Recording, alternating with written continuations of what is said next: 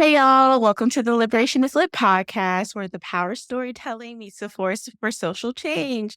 And I'm your host, Taylor Simon. And in this podcast, we believe in the profound impact of stories. So today I'm so excited to talk to Victoria Wood.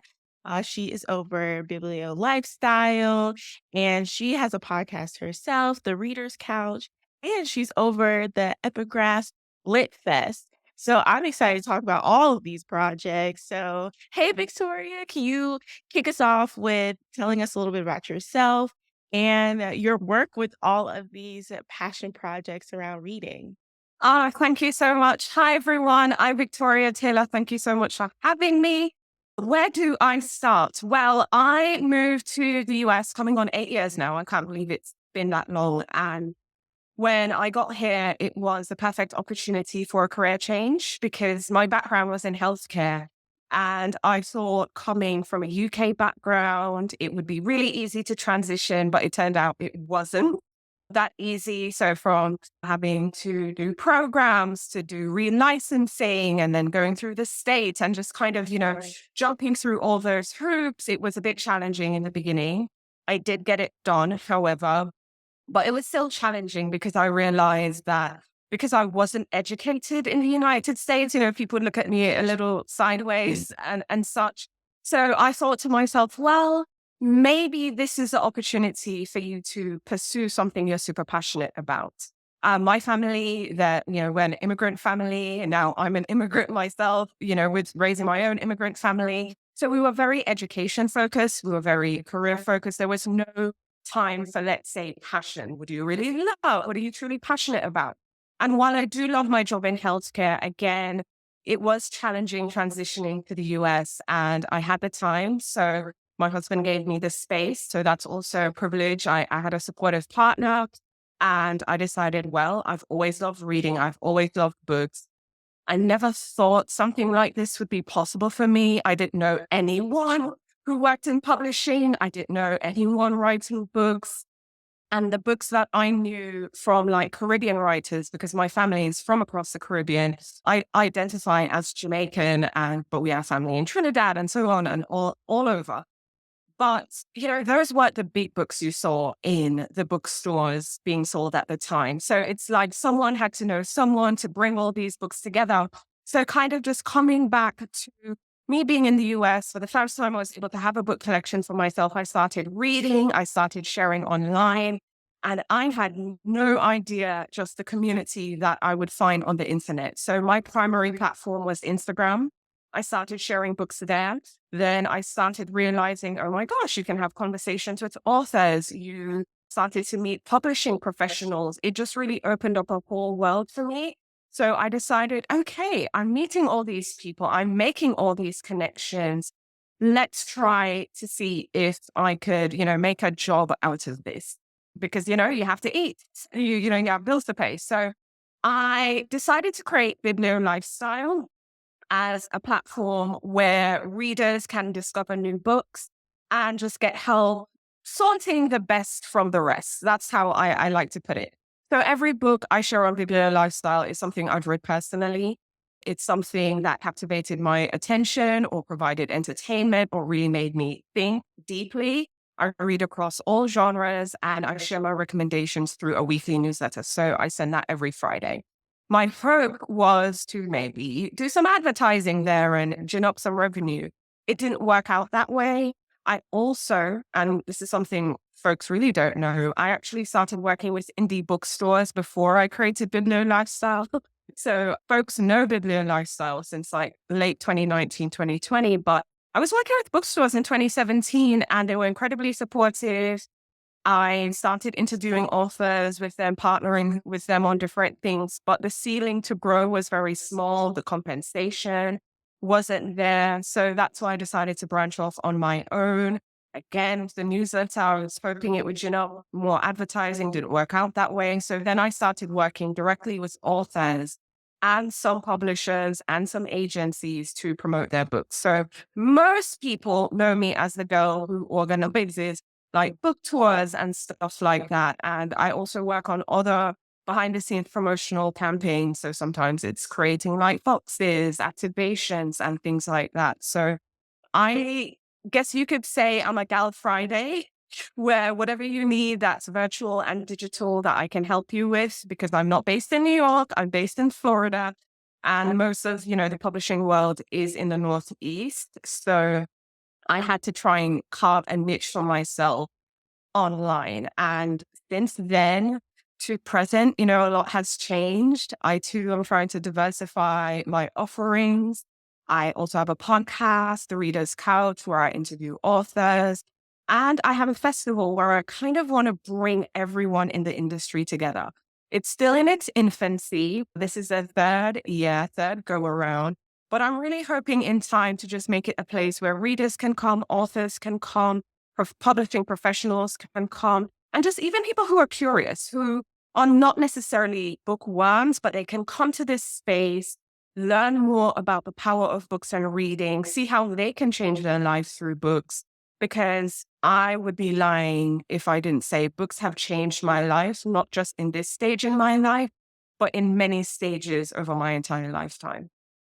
I love that too. And that's why I also started Liberation is Lit, because books have changed my life. And I know I was an avid reader from childhood, even before I could really read. I was listening to the cassette tapes and when it would beep for you to turn the page, and took a break after college because I was burnt out, but got back into it grad school. And I really wanted to connect with readers who are just, books aren't just a way to escape or just this fun side hobby. These stories have changed my life. So I love that so much. And I know you talked a little bit about the challenges of transitioning and starting a new career. What are some of the joys you found in that pivot of starting something new as a content creator focused on reading and building community around reading? And then again, if you want to go a little bit deeper into some of those challenges.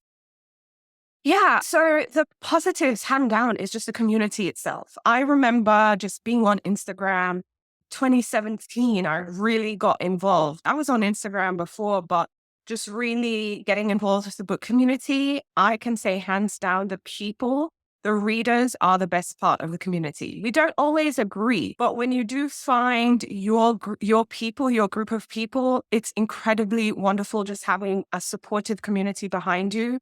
And especially as someone who is creating content, let's say the festival, for example, the festival is free. Every author you see at the festival, every speaker gave of their time to share in this space. I mean, Taylor, I'm so grateful for you. You hosted a banned book session at the last festival. And were it not for people like you and just many others who have just kind of put their hand into what I'm doing, from supporting the book tours to coming on the podcast, supporting the festival, and just amplifying the work I'm doing through their platforms, no matter, how small it might feel and insignificant, it honestly lifts me up. But the challenges, I will say, is trying to break through, what sometimes feels like you're shouting into a void. It's trying to get people to pay attention. It's really hard trying to get people to care and, show up for you as well. It's really tricky, because I think it's easy to get caught up in your passion, because again, I've been there. And having 5-6 years behind me, both from pre-BiblioLifestyle working with indie booksellers to me branching out on my own, 4 years going, into my 5th year with it can be challenging from a financial point of view. You have to sacrifice a lot. Sacrifice a lot means, well, if I'm trying to really pursue this seriously and I want people to take me seriously, I have to put time into the work. In order for me to put time into the work, it means I'm not working at my day job. If I'm not working at my day job, I'm not bringing in that consistent income into the household. And whether you're taking care of yourself or a family, it is challenging. And I have a family. Fortunately for me, my husband works a 9 to 5, so that helps. But I would be lying if I didn't say it puts strain, right, on the situation, because again, I'm working less, so less money is coming into the house, which means, You have to be tight with your bills. You can't do extra stuff. So I would definitely say the financial portion of it can be challenging. Trying to validate your work as valuable in terms of, a financial amount so that you can get paid is challenging because, and look, competition is healthy, but then someone would say, well, I can get this somewhere else. Now you have AI. Well, I don't need to hire you to write this or do stuff. So I guess what I'm saying is, passion is important because without it, I can be very honest. If I really genuinely did love books, I would not be in this space because, you make sacrifices financially. You make sacrifices, with your family time, your friend time and everything. So community keeps me going, hands down. Finding people who find value in your work.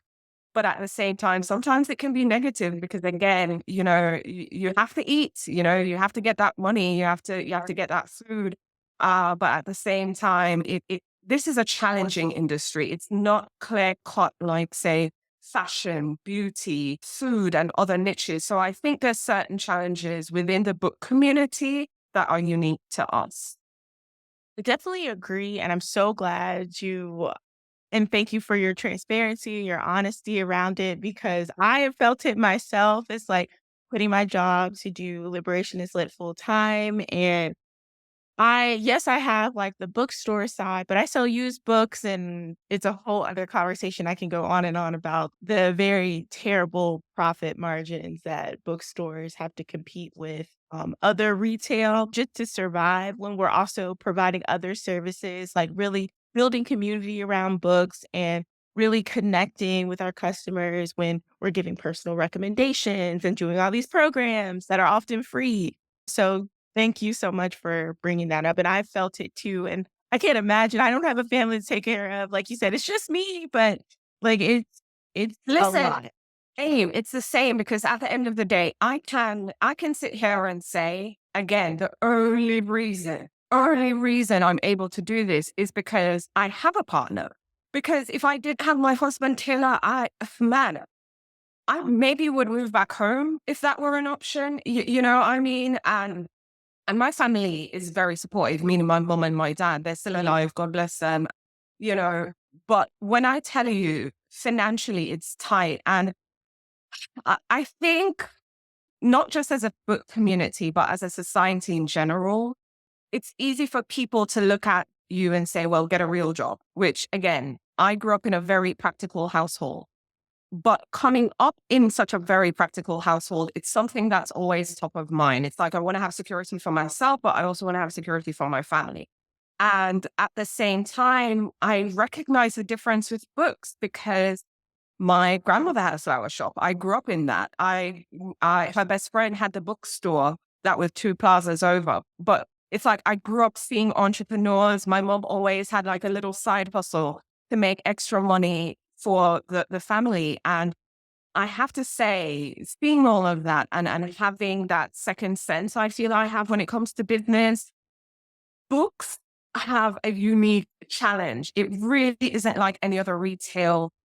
And even in a service-based industry, it's not like any other service-based industry I know as well. So I do think we pose unique challenges, which is that's why it's especially important for us to have community support, because outside of that, it's really difficult. And it's difficult for the authors as well. So all throughout the industry, there needs to be change in order for it to be sustainable long term. And with technology, I don't think it's going to get easier unless we make changes now. I definitely agree. I read the book by Danny Kane, How to Save Bookstores, and I was like, oh my god, I was crying. I was like, why did I choose to do this? And like you were saying, it's the passion around books. It's the very unique community around like readers and authors and publishers that is just it's you can't find it anywhere else. And it's just So amazing, and it really does keep us grounded in this work. And definitely, if you're a listener, you're a reader or supporter, please support indie bookstores. Please buy directly from authors. Please support platforms that really create communities around reading, and divest from Amazon, please. Listen, again, coming from, the immigrant household background, coming from a very practical background, finances is always a topic of conversation. So like in my house growing up, the biggest thing was the electricity. Like, turn the light off. I can't tell you how many times I heard turn the light off. Telephone. When everyone started having a telephone, it was just so expensive. WhatsApp, internet, people take for granted how you can chat for free. I remember it was the big deal when we'd get a call like from a relative in America, and it was like 5 minutes and everyone was crowding around the phone and hi, hi, hi. It was a big deal. I say that to say I also understand, finances when it comes to book ownership. Now, book ownership is something I'm very passionate about. And if someone's on here listening and they're saying, well, yeah, Amazon sells books at a much lower price. So you go to the bookstore and say you're buying a new book, it's $25, and Amazon is selling it to you for $15, $18.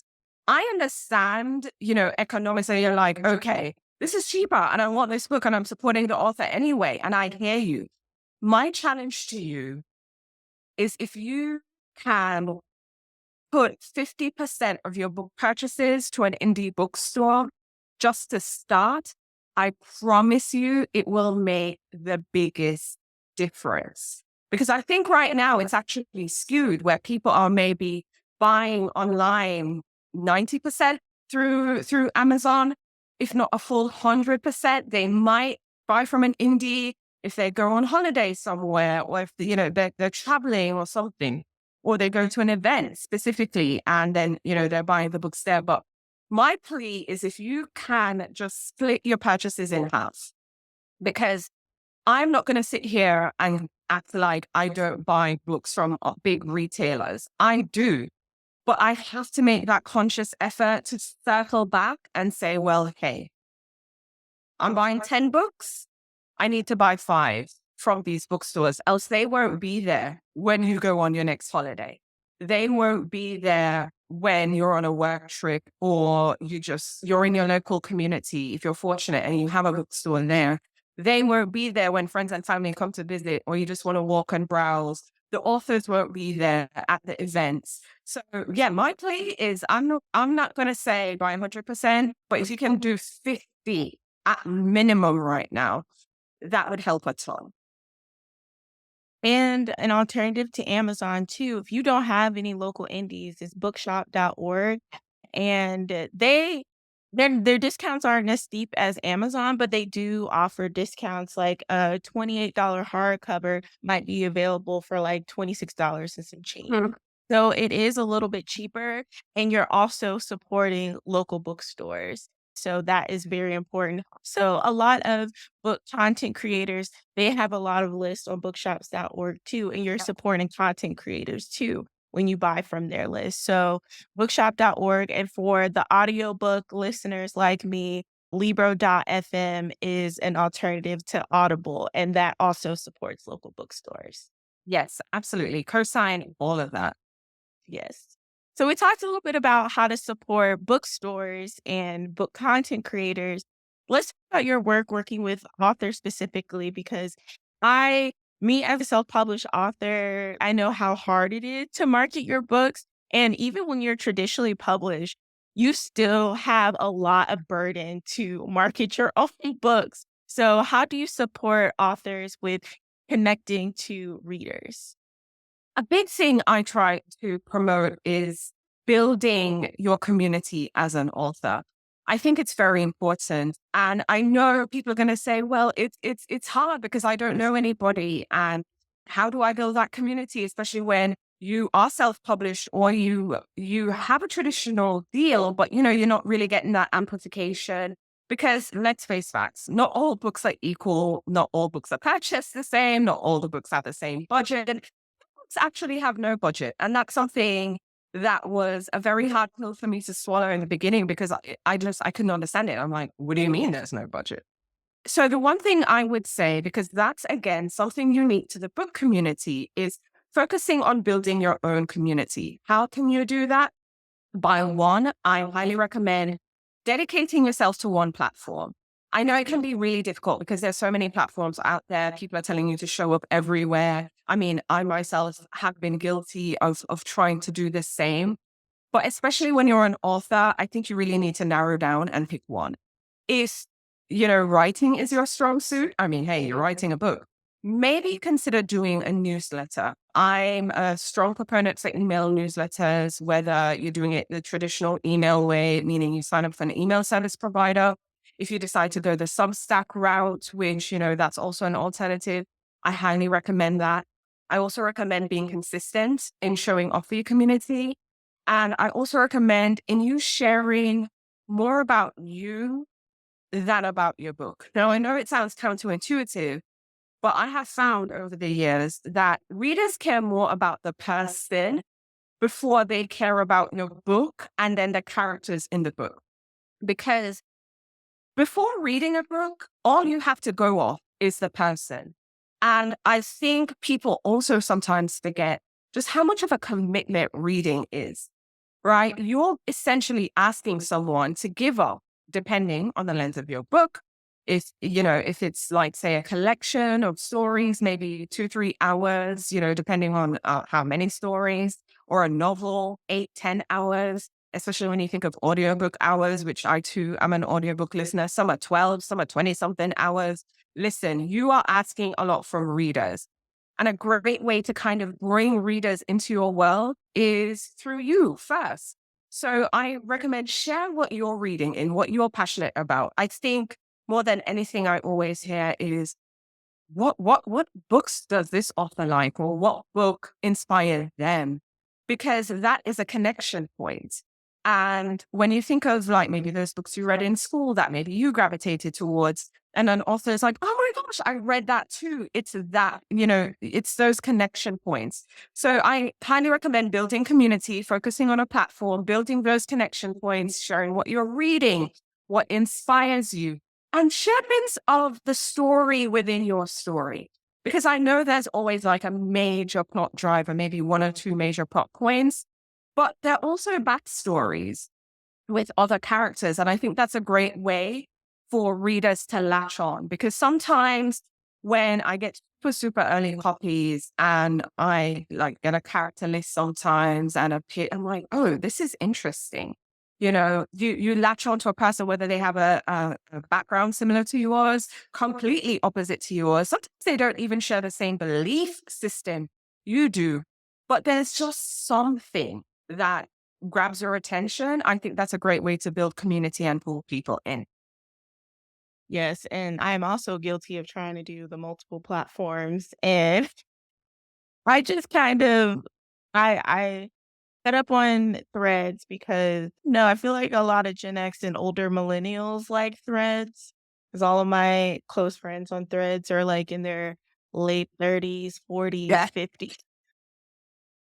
So I cut up on Threads and I'm on Instagram, but I'm also running 2 different platforms with my author and Liberation is Lit. So it's a whole mess. So I I It's give fun. their flowers to content creators. Yes, social media is challenging. I think if I had to pick a favorite platform for me, it would be my email newsletter. I swear, I love showing up for that. I send one every Friday, by the way. We pick a theme and we go deep.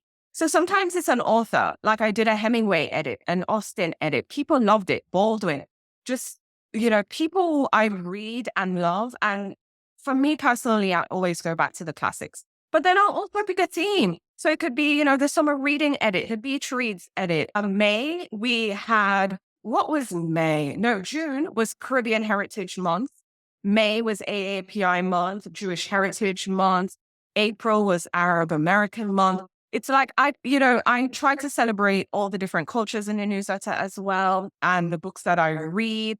So it can be fun themes as summer reading, beach reading, romance, whatever, to more thought-provoking topics and themes as well. I love showing up there because I love when readers hit reply and say to me, hey, this is what I read. This is what I feel. I love posting on my website. I have a whole blog section. I love when someone left a comment and they're like, oh my gosh, you forgot this book, that author. Someone was like, oh my gosh, I did.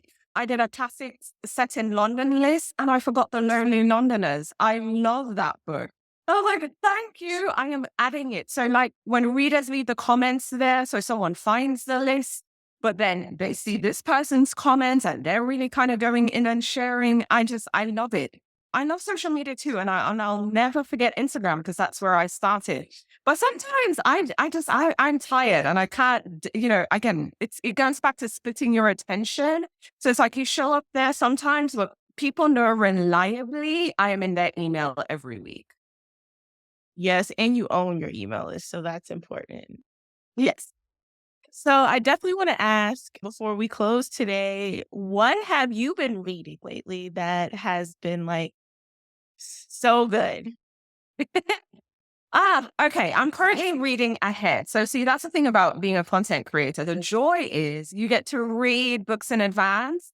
The not so joyous part is that you want to talk to people about it and be like, oh my gosh, have you read this? And they haven't read it yet. So instead, I was actually thinking about my favorite books of the year so far this year, because these books are already out. And I want to share a halfway top 10 list. And I've been struggling, I have to tell you. I pulled some books, they're actually next to me. So one book is called Beautyland. Oh, it's purple, it matches my light.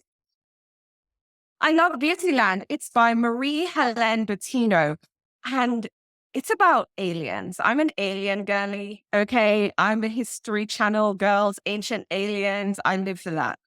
Anyway, it's about a girl. It's a coming of age story. Let me just say that first. It's a coming of age story about a girl who's born to a human mother, but she was sent here by her alien ancestors to essentially spy on Earth to see what's going on here, but more importantly, to see if Earth will be habitable for them.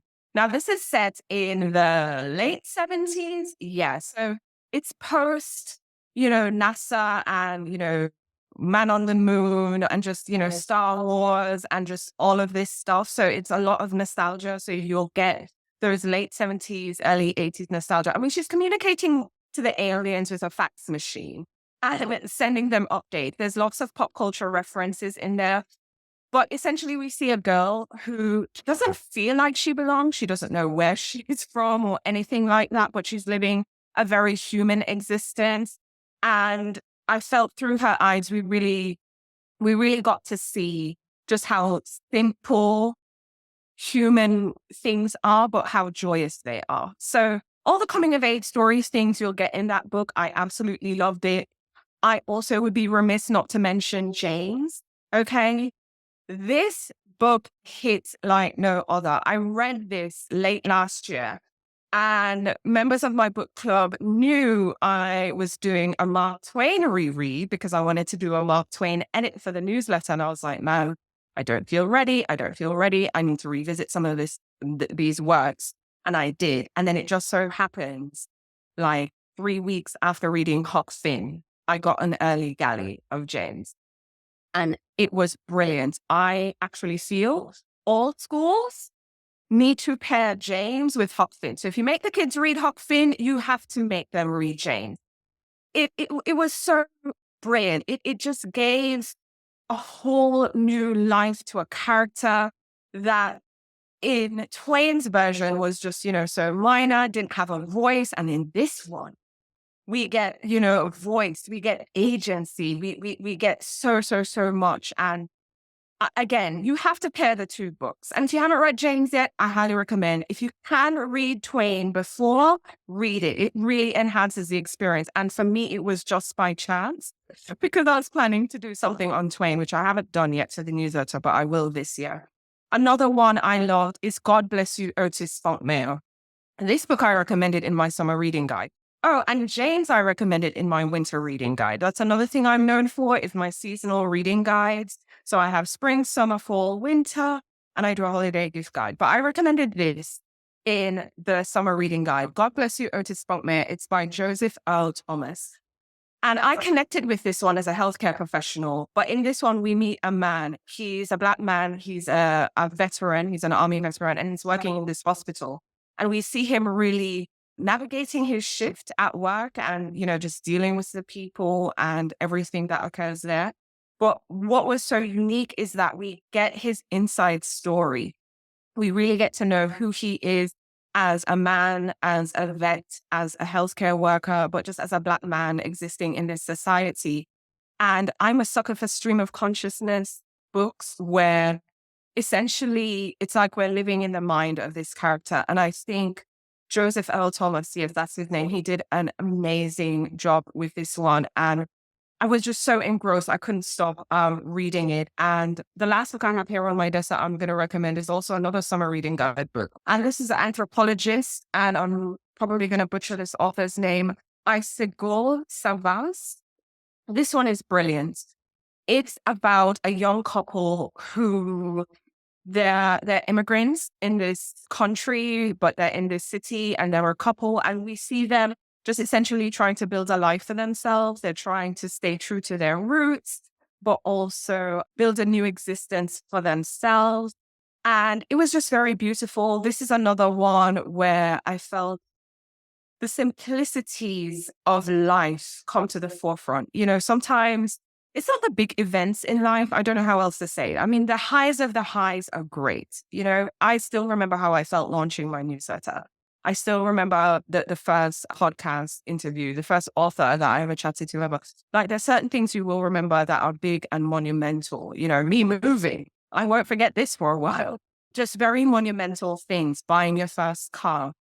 However, sometimes the most significant things in life are the simple things as making coffee, having a conversation with a friend, just slowing down and paying attention to those things in life. And that's what you get in The Anthropologist. It's just a portrait of a life lived and just reminding us to, I guess, be present. That's how I felt. So I'm really thinking about just all the wonderful books I've read this year. There are just so many.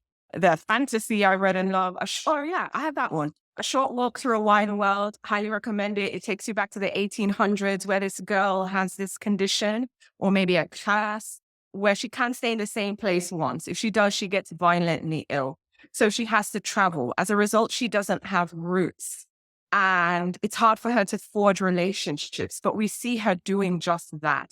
We see her having love. We see her having friendships. But we also just see her, valuing life. But of course, a grand adventure because you're going all over the world. So you get armchair traveling here, you get themes of loss. There's just so much. I think there's just so many brilliant books out there. I can just talk books all day. But those are just a few that I've read and really loved this year. Yes, and all of those books I will link into the show notes so people can go get them and read them for themselves. Thank you so much for this amazing conversation. Of just about you just like the conversation just really helped ground me into thinking about how awesome this community really is. So where can people find you and your work? Thank you. Also, thank you so much for having me here. I really appreciate it. I also just want to say, if there's any content creator out there, or just any person out there who's pursuing their passion, and sometimes they don't feel they're getting the compensation for it, or they're not getting the project and the works, I just want to remind you, a big thing to remember is to always ground yourself. Find what grounds you. Find what brings you back to you. For me, it's self-care. Okay. I wake up before everyone in my house. I exercise. I journal. I meditate. I try and do these little things. I'm religious. I go to church. I pray. But sometimes it's like, just coming back to yourself, reminding yourself why you do what you do. I think it's incredibly important because sometimes it's easy to get lost. It's easy to feel discouraged, but just, try and come back to your core purpose. But you can find me anywhere at BiblioLifestyle. So BiblioLifestyle on all social media platforms.